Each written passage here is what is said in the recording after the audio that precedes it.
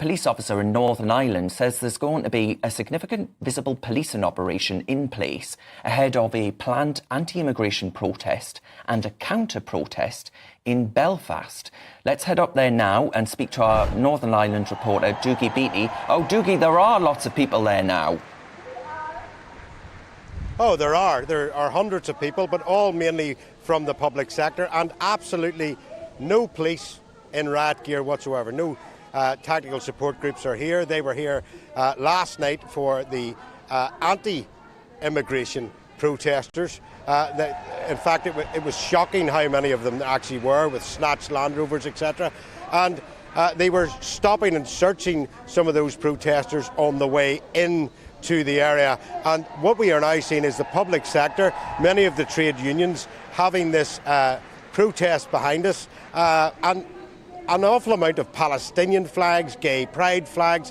And amazingly, on Friday I seen flags of the NUJ, the National Union of Journalism, where we're meant to be very just straight down the middle on this. So it was quite disturbing to me to see that. But these are people who live in middle-class areas and as yet have not seen illegal immigration. And it's very, very important that we stress this, Darren. People in Northern Ireland and the Republic of Ireland are not against immigration. What they are against is undocumented immigrants coming in to Northern Ireland and being put in those working class areas. And they are changing the concept of those working class areas. People there I have spoke to at great lengths who do not want to appear on camera because they would be branded racist. This is where we have got to, that you are branded racist if you turn around and just tell the facts of what is happening. Some of these people can't even get their children into local primary schools because there's so many places set aside for immigrants. Some of them, those very people maybe only have one car. The husband works nights, the wife works days, and they are having to drive their children 3 miles up the road to another school. Then they want to have a family support in the area that they grew up. And they're trying to buy the houses in the family that they grew up, but private landlords have bought those houses up and they give them up over to groups such as mayors that then use those social houses that are in the hands of private landlords, including hotels, give them 5-year contracts in them and move in undocumented immigrants into that area. Now, in the last 2 years, I have been in the Republic of Ireland, which really in terms is so far ahead of Britain, not because of the amount of immigrants they have taken, but because of the amount of immigrants per head of population. We are now seeing even middle-class areas kicking back on this and saying, no more. We cannot have any more here. We haven't got the facilities or infrastructure to deal with it. One man I spoke to was a butcher on the canal in Dublin, a beautiful tourist place, is now full of tented villages with drugs, paraphernalia, pornography, drink, human excrement. And those shops that are beside those tents are now closing because, well, they can't get women into the shops to buy stuff because of the amount of it here. So these people from the trade unions, and it is the trade unions, I think haven't just got the grips with those areas that are really being affected. No, right, yeah, middle-class trade unionists, I've no doubt. But Doogie Beattie, thank you very much for joining me as ever and offering your thoughts there. Ben, I have to put to... Oh, I should introduce you first, Ben. I just assume people know who you are. I'm joined now by my panel, the former editor of Labour List, Peter Edwards, and the former deputy leader of the Reform Party, Ben Habib, who I was just about to talk to. Now, Ben, good to be here. I have to ask you this comment because we saw there the Palestinian flags flown by the trade unionists. You've got the new sort of epilepsy-inducing pride flag that's been waved there. That's what struck me. They're saying, one of our viewers, True Brit, says, look, Darren, I'm banging on about this until I'm blue in the face because actually this is all Stonewall's diversity, equity and inclusion. And actually it's that whole agenda that they're putting through universities, hospitals, civil servants, councils. That's the issue here. Do you sort of... Is that the root I cause? completely agree. I completely agree. This isn't about the far right versus sane people who are counter-protesting. The so-called anti-racist marches are actually infused with prejudice as the way that you've just described it. And as you know from past conversations we've had, in my view, diversity, equity and inclusion is an incredibly prejudiced, divisive, government regulatory... expensive, damaging to the economy. But what it does is give protected status to ethnic minorities and affords them the ability to come out and do what they're doing on the streets and have some kind of cloak of protection against the criminal justice system in the way that they behave. And that's why there's also a feeling of two-tier policing, because of this protective cloak that they have. But the one thing I want to draw viewers' attention to in Northern Ireland, it's a most remarkable thing that the anti-immigration protests have managed to do what 40 years of government policy has failed to do, which is bring together people flying Union Jacks and the tricolour of the Republic of Ireland on the same side.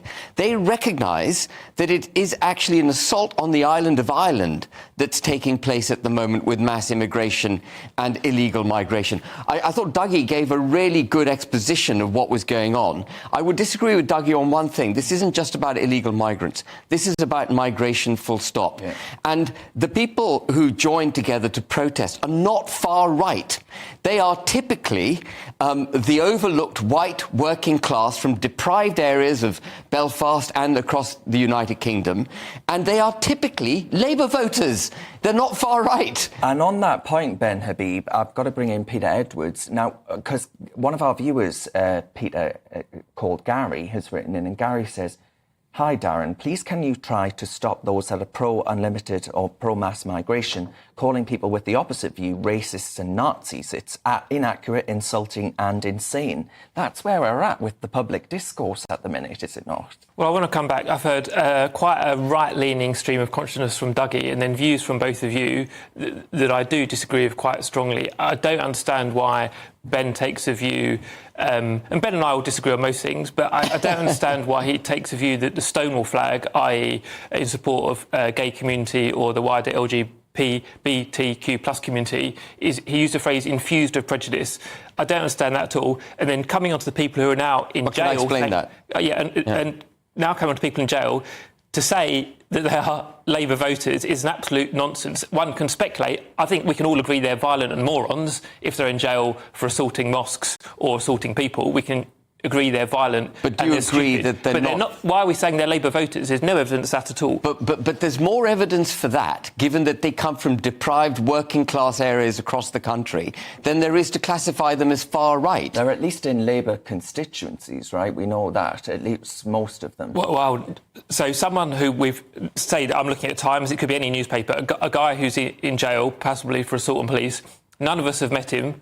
Mm-hmm. We don't know what street he lives on. We don't know how he votes. But Ben's saying with confidence he's a Labour voter. No, I didn't say that. No, that's not what I said. What I'm saying is that you're absolutely right that we won't know what their political disposition is. And therefore, we cannot classify them as far right. It is extremely divisive and playing dirty politics by the Prime Minister to categorise all those who have a legitimate protest against immigration as far right. He does it in order to rubbish their position. That's what the Prime Minister is doing. And you're rightly saying, Peter, that we don't know what their political ideology is. But what I'm saying is that I agree with you, but if we were to hazard a guess at what their political leaning is, it's probably Labour, because they come from white, working-class backgrounds across the UK, the deprived areas that have been repeatedly promised that they would be levelled up, and what they've seen is immigrants in masses coming into their communities, being put ahead of them on social housing, education, NHS, getting cash in their pockets. All of this is an offence to the white working class man. And just last point, Labour Party has turned its back on its constituency, which is the working class of this country. The Labour Party is infused with some kind of ideological nonsense that it's inherited from the DEI agenda. All right. I think that's a rant, and there's too much for me to respond to there. I don't want to just sit here grumbling. I want to make a meaningful contribution, but Ben didn't offer evidence what he's saying. We know that in poorer areas, turnout is lower, full stop. So lots of the people Ben believes are left-wing may not vote at all. I didn't say that. I didn't say I believe they're left-wing. Ben, you've had an awful lot of time to rant away. Yeah, but you miscategorised what I say, Peter. Tough luck, it's a debate show. So, I think we all agree the violence is wrong. I would say, there's lots of individuals in the paper today. If someone's convicted and admitted racially or religiously aggravated harassment, there's no evidence at all to suggest that person from the left. I'd imagine if they behave like that, they're probably not voting at all. And then to come to how the Labour government's doing, Labour, like the last government, will be judged on its record in office, and that'll be on house building, the NHS inflation, all the things that we vote on and care about. But when Labour's been in government for a month, to say, and they've pledged to build more houses, to say immediately that Labour have turned their back on the working class after 5 weeks, I mean, to put it politely, that's a bit daft. Well, I think it's been going on a lot longer than that, though, Peter, with respect. I think you can go all the way back to Gillian Duffy, you can go all the way back to Tony Blair, and the working class started to move away from the Labour Party. I mean, that's not pure speculation. There is actual evidence. Well, Labour lost elections, and you need to win working class votes and middle class votes. That's just a fact. But I stress Labour will be judged, and it will be judged harshly on its record over 1, 2, 3, 4, 5 years. But to say after 5 weeks, when Labour won and the other parties lost, it's turned back, is just without any evidence at all. No, it's not without evidence. It's not without evidence. Typical Labour voter the typical Labour historic ideology what is a typical Labour ideology of the past was to promote British workers' rights.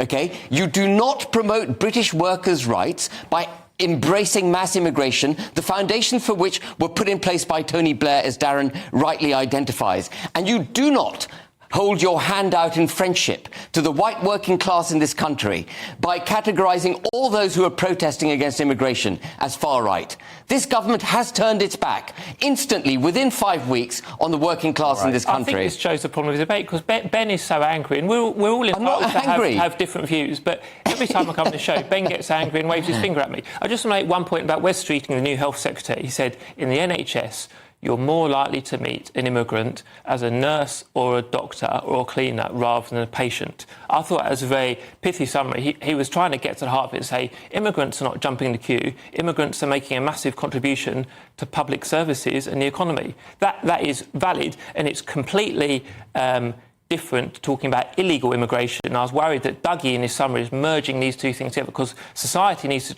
treat lawful immigrants who come here to make a contribution very distinctly from illegal immigrants. Well, yes, but there is still a problem with the assimilation of both, right? Assimilation of both legal and illegal. Well, if you're illegal, let's park that. If you're illegal, you shouldn't be here. So we don't want to assimilate illegal immigrants. If you're a legal immigrant, there's absolutely a pressure on public services, and you're completely right, whether that's school places, house building is obviously a big, very long-standing one. The other one that really comes up is getting to see your GP. And I think, I defend a lot of what the Blair government did, but I think one thing they didn't do enough on was investing in public services infrastructure to ensure that there weren't community tensions and there were enough GP places and so on and so on. Well, I mean, I saw that Boris Johnson had said that migration was too high, and I just thought, oh, please, Boris. I know, Boris, come on. Everyone, you can't say that. Boris Johnson, of course, let it go sky high. Yeah. But anyway, we'll leave that there. We'll come back to you both. Ben Habib there, former Deputy Leader of Reform UK, and Pete Edwards, former editor of Labour List. Now, for all the best analysis and opinion on that story and more, you can go to the website. We're on gbnews.com.